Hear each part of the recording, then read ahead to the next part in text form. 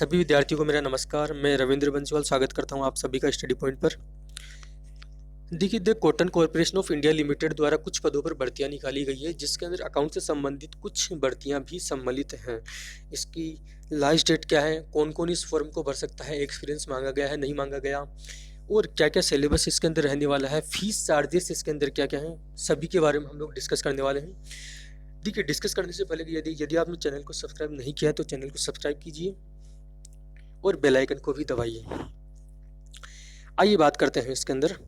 देखिए, ये जो भर्ती है वह the cotton corporation of India limited द्वारा निकाली गई है, और इसकी अगर बात की जाए ओपनिंग डेट की तो 9 दिसंबर 2020 इसकी ओपनिंग डेट है, और लास्ट डेट है 7 जनवरी 2021।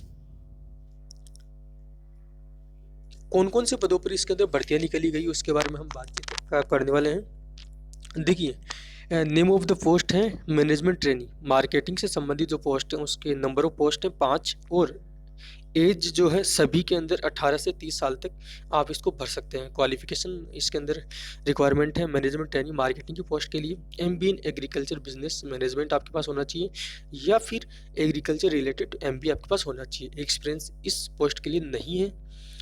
और अब बात की जाए सेकंड जो पोस्ट है इसके अंदर मैनेजमेंट ट्रेनिंग अकाउंट से संबंधित जो पोस्ट के लिए है, टोटल पोस्ट है 6, और एज वही है 18 से 30। और क्वालिफिकेशन की बात की जाए तो CA, CMA, MBA, finance, MMS, MCom, और यदि कॉमर्स से संबंधित आपके पास कोई भी पीजी डिग्री तो आप इस फॉर्म को भर सकते हैं। कोई भी एक्सपीरियंस की रिक्वायरमेंट आपके वो इस पोस्ट के लिए नहीं है।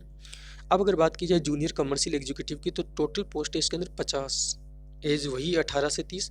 बात की जाए क्वालिफिकेशन की तो बीएससी एग्रीकल्चर किसी भी यूनिवर्सिटी से आपके पास होना चाहिए, और एग्रीगेट जो परसेंटेज है आपके पास 50 होना चाहिए, और यदि अगर आप SC ST PH कैंडिडेट है तो आपके पास 45% मार्क्स होना कंपलसरी है। इस पोस्ट के लिए आपको एक्सपीरियंस की रिक्वायरमेंट है, जो भी आप देख सकते हैं। अब अगर बात की जाए जूनियर असिस्टेंट जनरल के लिए तो इसकी टोटल पोस्ट है 20। कौन कौन इस फॉर्म को भर सकता है, क्या क्वालिफिकेशन है, बीएससी एग्रीकल्चर फ्रॉम किसी भी यूनिवर्सिटी से आप बीएससी अगर कैंडिडेट है तो आप इस फॉर्म को भर सकते हैं, और आपके एग्रीगेट परसेंटेज 50% होने चाहिए, और यदि अगर आप SC ST PH कैंडिडेट हैं तो आपके 45% मार्क्स होना जरूरी है। अब यदि 5वीं पोस्ट की बात की है तो जूनियर असिस्टेंट अकाउंट से संबंधित इसके अंदर पोस्ट है 14 पोस्ट है टोटल। SC कैंडिडेट के लिए 2 हैं, ST कैंडिडेट के लिए 1 है, 4 OBC, 1 EWS और 6 UR के लिए हैं। एज लिमिट इसके अंदर वही है 18 से 30। आप इस फॉर्म को भर सकते हैं। इस फॉर्म को भरने के लिए जो आपके पास क्वालिफिकेशन होना चाहिए वह है बीकॉम, और यह बीकॉम किसी भी यूनिवर्सिटी से हो सकती है, तथा साथ ही 50% होना जरूरी है। अगर आप SC ST PH कैंडिडेट है तो आपको 45% मार्क्स की जरूरत है। आगे बात करते हैं इस फॉर्म की जो फीस क्या क्या है।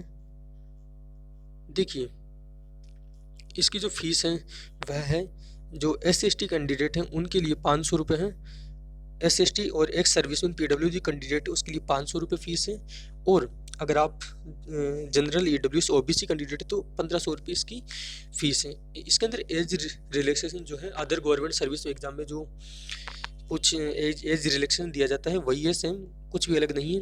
अगर मोड ऑफ पेमेंट की बात की जाए तो वही है ऑनलाइन मोड ओनली। अब हम बात करते हैं इसके सिलेबस की, सिलेबस क्या क्या है क्या नहीं है। उससे पहले हम लोग देख लेते हैं एग्जामिनेशन सिटीज़ क्या क्या है इसके अंदर। एग्जामिनेशन सिटीज़ इसके अंदर दी गई है मुंबई, हैदराबाद, न्यू दिल्ली, चेन्नई, लखनऊ, चंडीगढ़, कोलकाता, बेंगलुरु, अहमदाबाद, पटना और जयपुर। ये 11 सेंटर इसके दिए गए हैं एग्जामिनेशन के लिए।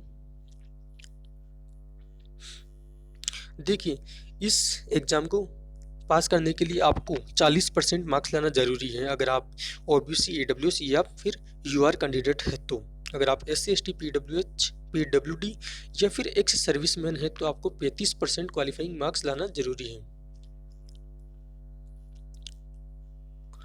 देखिए, बात की जाए अगर इसके सिलेबस की तो देखिए इसके अंदर 4 जो पार्ट हैं वो सभी के अंदर सेम है। कौन कौन से, इंग्लिश, रीजनिंग, मैथमेटिक्स और GK। अगर जनरल इंग्लिश की बात की जाए तो नॉर्मल जो सिलेबस सभी एग्जाम्स में होता है वह इसके अंदर इंक्लूड है। आर्टिकल्स हो गया, preposition, vocabulary, reading and comprehension, सिनोनियम और जंबल सेंटेंस। देखिए, चारों ही पार्ट के 15-15 क्वेश्चंस हर पार्ट के अंदर पूछे जाएंगे और एक क्वेश्चन जो होगा 1 नंबर का होगा। बात की जाए रीजनिंग के सिलेबस की, तो रीजनिंग का इसका जो सिलेबस है वह है नॉर्मल जो बैंकिंग सेक्टर के जो एग्जाम्स होते हैं उनके अंदर जो रीजनिंग का सिलेबस होता है वही सेम है, कुछ भी अलग नहीं है इसके अंदर, ठीक है। वही पजल्स, डिकोडिंग, कोडिंग, ठीक है। अगर मैथमेटिक्स की पोर्शन की इसके अंदर बात की जाए तो इसके अंदर टोटल अर्थमेटिक पोर्शन इंक्लूड है, एडवांस का इसके अंदर कुछ भी नहीं है। और क्वेश्चंस वही 15 क्वेश्चन आने हैं, एक क्वेश्चन 1 नंबर का होगा। और जन जीके की बात की जाए तो इंडिया ज्योग्राफी, वर्ल्ड ज्योग्राफी और जो करंट अफेयर के जो इवेंट्स वगैरह हैं वो इसके अंदर पूछे जाएंगे। और वही सबका इसके अंदर 15 क्वेश्चन सभी पार्ट से पूछे जाएंगे, 15-15 क्वेश्चन, और एक क्वेश्चन 1 नंबर का होगा। टोटल इस प्रकार 4 पार्ट के 60 क्वेश्चन हो जाते हैं। अब अगर बात की जाए सब्जेक्ट नॉलेज की, तो सब्जेक्ट नॉलेज के सभी सेक्शन के अंदर, सभी सेक्शन मतलब जितनी भी पोस्टें हैं उनके अंदर 60 क्वेश्चन अपना सब्जेक्ट वेटेज होगा, ठीक है। अब अगर बात की जाए इसकी कौन सी पोस्ट है, मैनेजमेंट ट्रेनिंग मार्केटिंग की जो पोस्ट है उसके अंदर 60 क्वेश्चन आपसे सब्जेक्ट नॉलेज पूछा जाएगा, जिनके अंदर यही संबंधित है, एग्रीकल्चर से संबंधित है और जो भी सब्जेक्ट है इसका उससे संबंधित हो जाएगा, ठीक है। आगे हम लोग देखते हैं मैनेजमेंट ट्रेनिंग अकाउंट्स की जो पोस्ट है, इसके अंदर 120 क्वेश्चन एमसीक्यू आएंगे और 120 मिनट 2 घंटे का टाइम इसके अंदर आपको दिया गया है। और अगर आप एक क्वेश्चन गलत करते हैं तो 0.25 मार्क्स आपके काट लिए जाएंगे। इसके अंदर सिलेबस 4 पार्ट तो वही है। और अगर 4th पार्ट की बात की जाए तो सब्जेक्ट ऑफ नॉलेज इसके अंदर पूछा गया 60 मार्क्स का होगा और 60 क्वेश्चन ही इसके अंदर इंक्लूड होंगे। सब्जेक्ट क्या क्या होगा कॉमर्स के लिए वो देख लेते हैं। देखिए, accounting, business law, company law, cost accounting, financial management, tax, advance auditing, advance accounting और ऑडिटिंग एश्योरेंस इसके अंदर पूछा जाएगा। Post of junior commercial executive की जो पोस्ट है उसके अंदर 4 पोर्शन जो है वो तो सेम है और जो 5th जो पोर्शन है वह सब्जेक्ट नॉलेज का हो जाएगा। अब अगर बात की जाए जूनियर असिस्टेंट अकाउंट्स के संबंधित के लिए 4 जो इसके पार्ट हैं वो तो सेम ही हैं। और 5th जो पार्ट है वो मैं आपको बता देता हूँ, financial accounting, cost accounting, taxation, business law, auditing, financial management और फाइनेंशियल मार्केट वगैरह इसके अंदर इंक्लूड है, ठीक है। और भी हैं एचआरएम वगैरह इसके अंदर इंक्लूड है। तो देखिए, यदि अगर आपने फॉर्म को नहीं भरा है तो फॉर्म को भरिए। कॉमर्स वालों के लिए अच्छी वैकेंसी, अच्छी पोस्ट और सैलरी इसके अंदर, सैलरी शायद मैंने आपको बताई नहीं है, मैं आपको बता देता हूँ इसके अंदर सैलरी कितनी है।